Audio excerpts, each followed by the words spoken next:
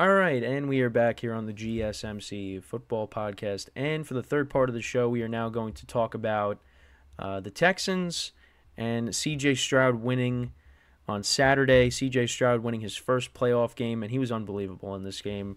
I thought this game was going to be one of the better games of the weekend, and it looked like that was going to be the case, like I said in the beginning of the show early on. But the Texans, they pulled away. So we'll go through the game summary really quick. So both teams exchanged punts. Texans actually scored first. They kicked a field goal. But then the Browns took the lead. Joe Flacco hit David Njoku for a 45-yard reception by Njoku. And then Kareem Hunt scored a rushing touchdown on 3rd and goal. So that made it 7-3. Then the Texans, they answered with a touchdown. A couple of big plays on that drive. Devin Singletary, 29-yard run. A 27-yard reception by John Mechie. And that set up C.J. Stroud's first touchdown pass to Nico Collins for a 15-yard touchdown, so that put them up 10-7. Then the Browns answered with a touchdown of their own. Flacco connected with the other tight end, Harrison Bryant, for a 47-yard reception, and that set up Josh Allen. That's today. Joe Flacco to Kareem Hunt, 11-yard touchdown, so that put them up 14-10. And then this was the only play of their next drive, the Texans. It was a 76-yard touchdown to Brevin Jordan for 76 yards. That was such a weird play because it was a short pass, and then the Browns just, I don't know what they were doing, their defense was doing on that play, and they just let him break free, and he ended up scoring the touchdown there, so that put them up 17-14. And then this was big in the game. The Texans, right before the end of the first half, CJ Stroud connected with Dalton Schultz for a 37-yard touchdown. So that put them up by 10 going into the half. And it didn't look good at that point. But you figured, hey, there's still a second half of football left. Let's see what the Browns can do. Texans punted, and then Joe Flacco proceeded to throw 2 pick sixes on back-to-back drives. And that was basically it. The Browns... then the Texans scored again. Well, then the Browns turned it over on downs on their next drive, and then the Texans scored a touchdown there. Devin Singletary from 19 yards out. And in the fourth quarter, nothing happened. So the final score ended up being 45-14. CJ Stroud, 16-21, 274 yards, 3 touchdowns, no interceptions. Devin Singletary had 13 carries for 66 yards and a touchdown. Nico Collins, 6 receptions for 96 yards and a touchdown. Brevin Jordan, 1 for 76 and a touchdown. Dalton Schultz had 1 for 37 and a touchdown. John Mechie, 3 for 44. And then on the Browns side, Joe Flacco, 34 of 46, 307 yards, 1 touchdown, 2 interceptions. The Browns only ran the ball for 56 yards. Kareem Hunt had a rushing touchdown. David Njoku and Harrison Bryant were their leading receivers. Njoku had 7 for 93. Harrison Bryant had 4 for 65. Amari Cooper had 4 for 59. David Bell had 8 for 54. But yeah, Browns defense, I don't know what happened. Because this was the best defense in the league, and they got carved up in this game. 2 pick sixes for the Texans in this game, one by Steven Nelson and one by Christian Harris. They had 4 sacks in the game, the Texans defense had. Texans defense looked like the better defense. But again, you had, Joe Flacco and CJ Stroud, two different styles of quarterback play. Joe Flacco, obviously, not very mobile, being still one of the pocket passers from the last era. And C.J. Stroud, he can move around a little bit. Not as mobile as some of the other quarterbacks, but he could be mobile when he has to. But he really didn't have to because he carved up that Browns defense.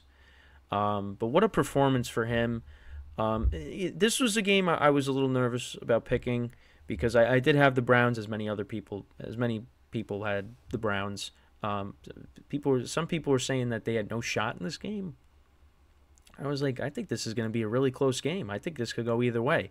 And it looked like that, and then the Texans just pulled away. And listen, the Browns, they beat the Texans earlier with Flacco, a few weeks ago, but that was without Stroud. So you knew this was going to be a different game, and it was a different game, all right. The Texans dominated this game. I mean, the Browns, I don't know what to say with their defense. The defense is the bigger surprise to me because I did say the one concern is Flacco throwing interceptions because you know that's going to happen. And it just so happens it did. And they were 2 pick sixes, and that basically ended the game. But yeah, it just the Texans from start to finish. I mean, they just they were rolling offensively. CJ Stroud making big plays. He looks like the next great quarterback, in the NFL. It's just what a performance by him. And you got guys like Nico Collins who have really emerged with Stroud at quarterback now. You got some tight ends making plays. Dalton Schultz coming over from Dallas, and of course Brevin Jordan as well. And they're doing this without Tank Dell. So when Tank Dell comes back next year, you get Noah Brown who's making plays this year, and Robert Woods.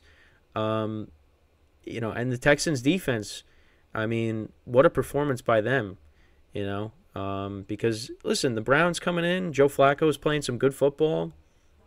And that was the other thing too. I mean, you would think that since the last time they played the Browns, the Texans were going to make adjustments. And, early on you didn't think that, but they were able to also the fact that the Browns were trailing, so they were going to have to throw it, and that led to the interceptions by Flacco. The pick six, the first one, Flacco was trying to throw that away, but it ended up not getting thrown away, and it got picked off, and that got returned. I think what was it 76 yards?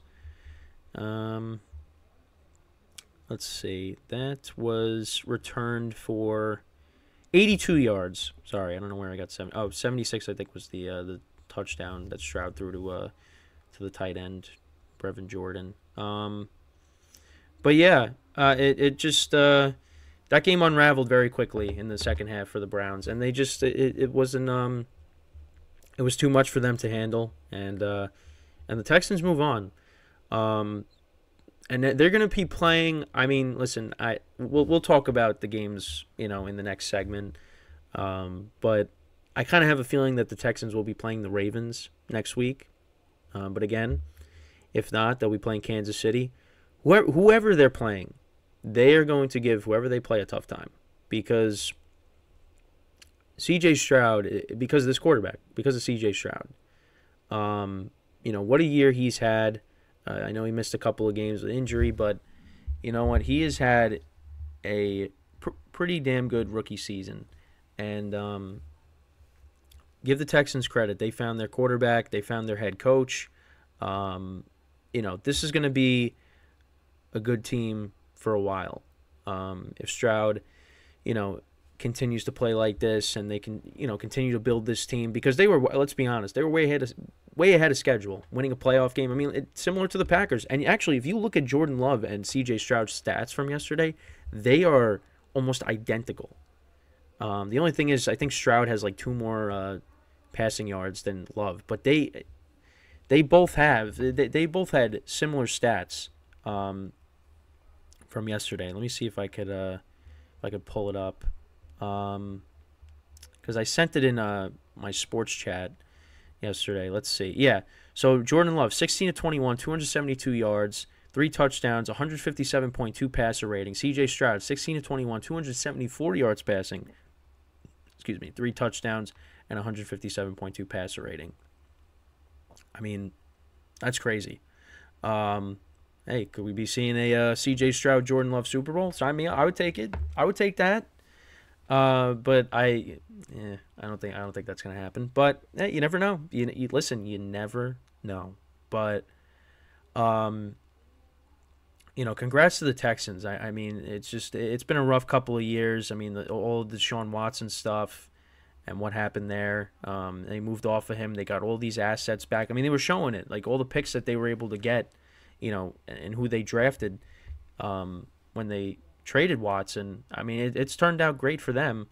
And no disrespect to the Browns with what they were able to do with Flacco at quarterback, but yeah, I mean, it's kind of leaning one way right now because the Browns had to start Flacco, not just Deshaun Watson. Deshaun Watson, was hurt.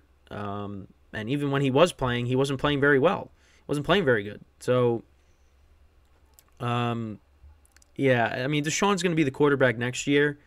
But, if he's not able to, play like the Deshaun Watson the first couple of years with the Texans, and it's already leaning one way towards the Texans because now they got Stroud at quarterback. I mean, they're going to be a good team for a while if they continue to build this team up right. But, for the Browns, I mean, they had a good year. I mean, they dealt with so many injuries. I mean, again, they started 5 different starting quarterbacks. The Joe Flacco story was great. I didn't think it was going to go all the way to the Super Bowl. I thought it was going to last at least one more game. But I said my biggest concern going into the game was Flacco throwing interceptions, and that's exactly what happened. And that led to 14 points going the other way for the Texans. And the Browns defense, I mean, oh man, they were awful. But listen, they've given up a lot of points in some games this year. I mean, they gave up, 39 points to the Colts with Gardner Minshew. We've seen this, and this is something that people on social media have said, and others. I mean, this Browns defense gives up a lot of points in games, and that's happened this year. So can't say you're surprised because it has happened before, but you just thought they'd play a little bit better. I mean, they were all huddled up on the sideline, trying to, motivate themselves and get themselves, back in this game. But it just never happened. CJ Stroud just continued to carve up this defense, and the Browns really just never had a chance once the game got away. The Flacco interception, the Flacco pick six is really just kind of, put the dagger in the game. Yeah, like I said, though, the Texans, they are going to be a problem for either the Chiefs or the Ravens. And listen, the Ravens, I mean, the Chiefs haven't played the Texans this year. The Ravens have. They played them way back in week 1. And this Texans team is a different team than they were the first time the Ravens played them. But you know what? You could also say the Ravens are a different team too. Because that was kind of an ugly game the first week of the season. There wasn't a lot of scoring. But listen, we're just going to have to wait and see who they end up playing.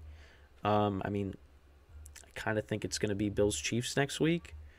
But, we're going to save that for the next segment when we get to it, even though I kind of already went over all these games on Friday, but we'll go through them again in the next segment. But, yeah, CJ Stroud is looking really good right now, and yeah, he could give the Ravens or the Chiefs problems.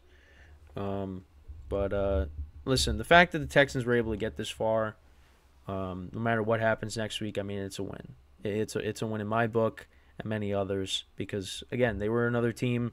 Nobody really expected them to be here. The Jaguars were the favorites to win the division. It looked like that was going to be who was going to win the division, and that just ended up not happening. It's the Texans. And we get to see CJ Stroud and what he's been able to do, and what he was able to do in his playoff debut was unbelievable. So, it's been awesome to watch him, play well these last couple of weeks, and we'll see what he does next week in his encore performance from his first playoff game. So, yeah, that's pretty much it when talking about this. Let me know what you guys think about this game from Saturday. What were your takeaways from that? So when we come back from our final break of the show, we're going to talk about the games for today because we have 2. Originally it was going to be 1, but now we got 2, and it's fine. That's fine. I'll take it. So we'll look at both of those games, and that is what we will discuss when we come back from our final break of the show. So with that being said, once again, stick around, and we'll be right back here on the GSMC Football Podcast.